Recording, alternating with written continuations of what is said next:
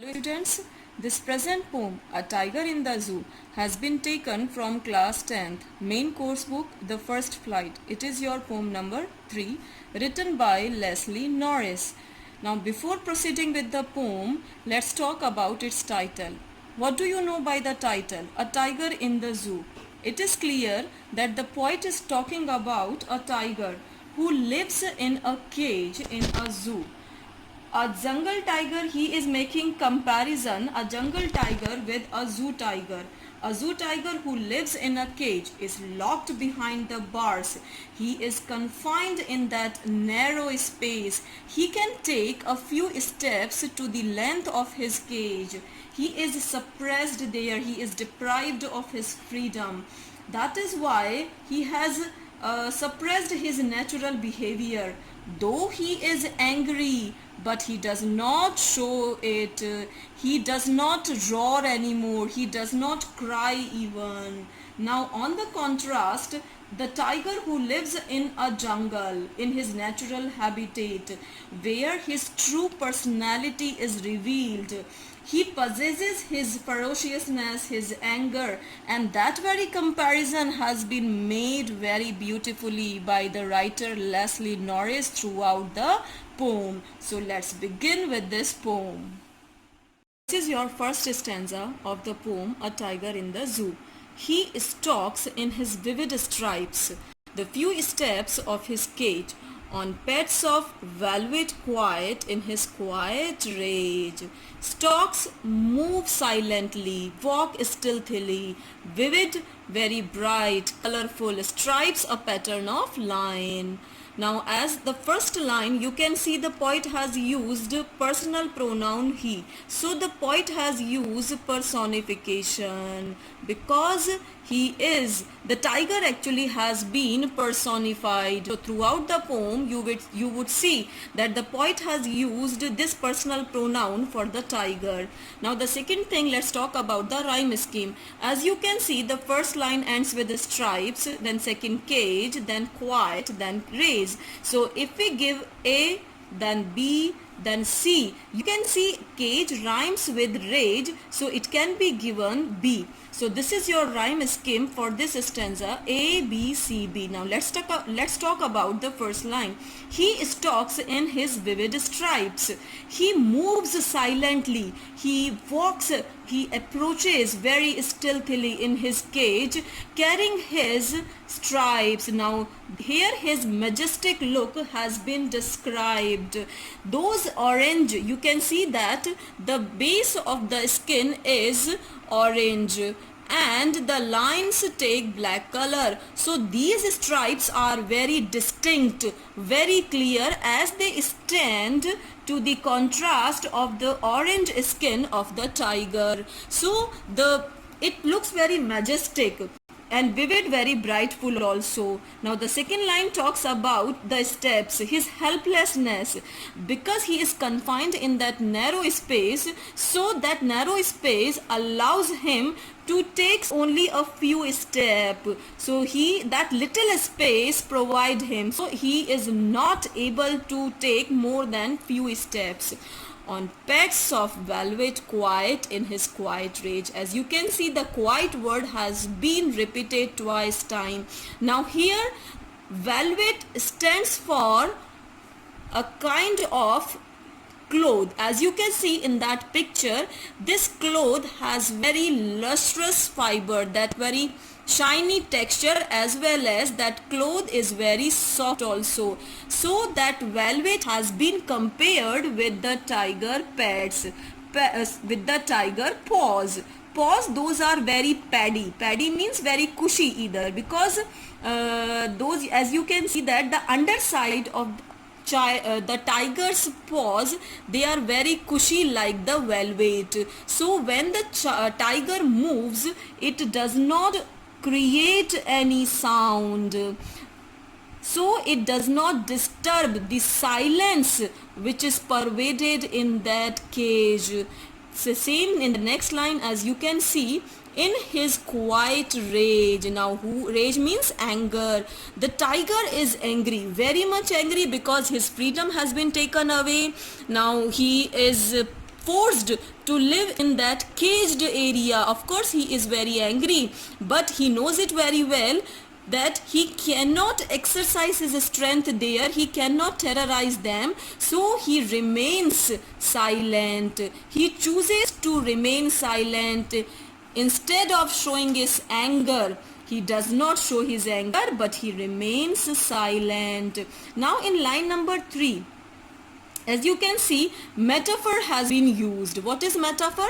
Metaphor is a literary device where comparison has been made between the two objects or the things. Those are different to each other. Like here, pads has been compared with the velvet clothes. As well as in the 4th line, two literary devices has been used, oxymoron or transferred epithet. This is your second stanza of the poem, A Tiger in the Zoo. He should be lurking in shadow, sliding through the long grass near the water hole where plump deer pass. He again stands for the tiger. Now poet sympathizes with the caged tiger. He should not be in cage. He should be in his natural habitat.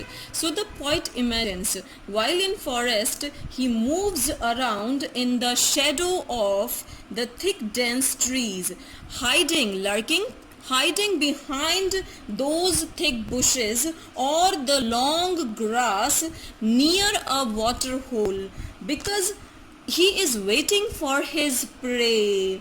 Water hole, or it can be taken as a pond, those found in forest areas, those are the favorite place for their hunt, because all the forest animals visit these places to quench their thirst. So as soon as the tiger sees deer approaching there, he just makes his way through the dense forest, through the dense trees, and he pounces upon them and he attacks and he kills them. Now let's talk about the plump fat. Deliberately the poet has used this word. Actually it would provide tiger sufficient food, and the poet has used it, has chosen this adjective to contrast the food of the tiger which he gets in prison, or which he would have got by hunting in his natural habitat. Now this is your third stanza of the poem. He should be snarling. Snarling means growling around houses at the jungle's edge. Baring means showing his white fangs. Fangs, sharp teeth.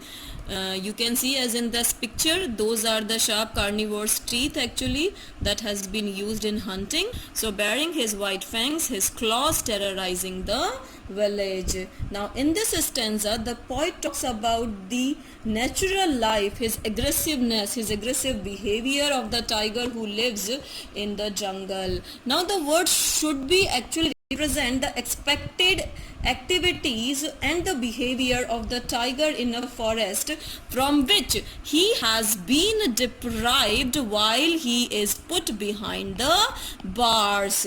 Now in his natural state he should be running around the houses, those are situated at the jungle's edge on the outskirts of the forest areas. He should be growling on the villagers, of course in order to threaten them. Now which machinery actually he has been used? Of course by growling he is terrorizing them, or by showing his dangerous very sharp fangs, those sharp teeth, as well as by showing his sharp claws.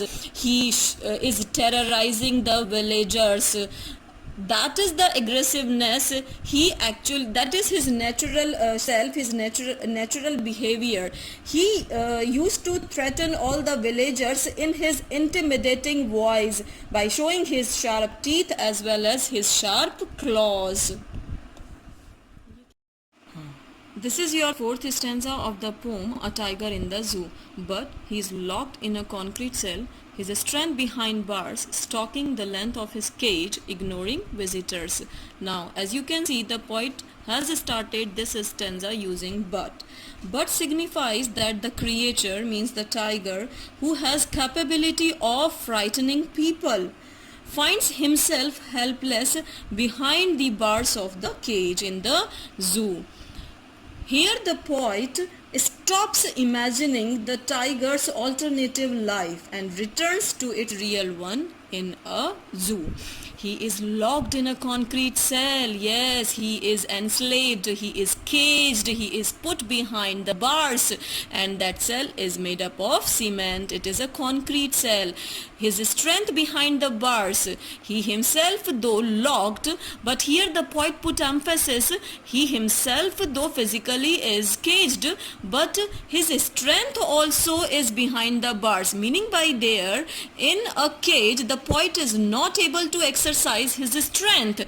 That is why he is not capable to showing his real aggressiveness, so his strength also has been locked behind the bars, and the poet can walk only to the length of the cage, because again the cage provides him very narrow little space, cramped space, ignoring visitor, ignoring, he does not pay any heed the visitors, those visit the zoo in order to get some entertainment, because he knows he cannot threaten them, he cannot terrify them, he cannot frighten them. So he just remains indifferent to them. He just ignores them, and he prefers to walk quietly in that limited space of the cage by himself.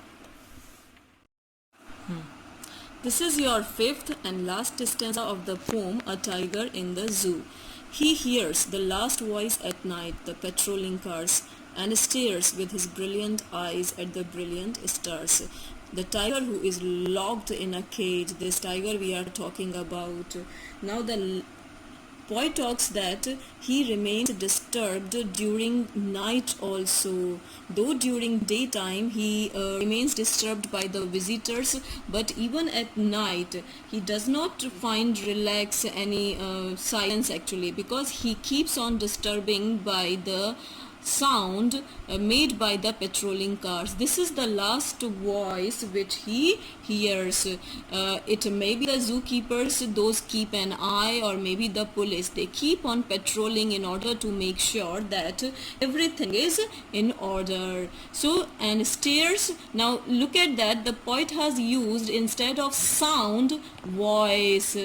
Actually deliberately he has used, because if he were in forest, he might have heard the different sounds actually. It can be the rustling of leaves, hooting of an owl, or any other sound made, voices made by different animals. But because he is locked in a cage, so now he is able only the sound made by the patrolling cars, and stares with his brilliant eyes at the brilliant stars. Brilliant word has been revised twice time, so this is an example of repetition. Now at night he is looking closely at these stars, looking at the open sky which is filled with stars. Of course all these stars are very bright, as well as his eyes also very brilliant with the hope, because he is not able to see beyond his cage.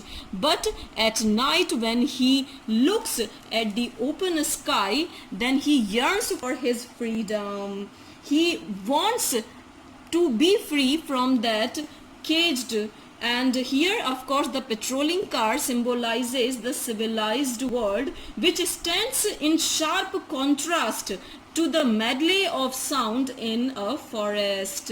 And tiger keeps staring at the shining stars brightly in the night, of course, which again represent the free world of the nature.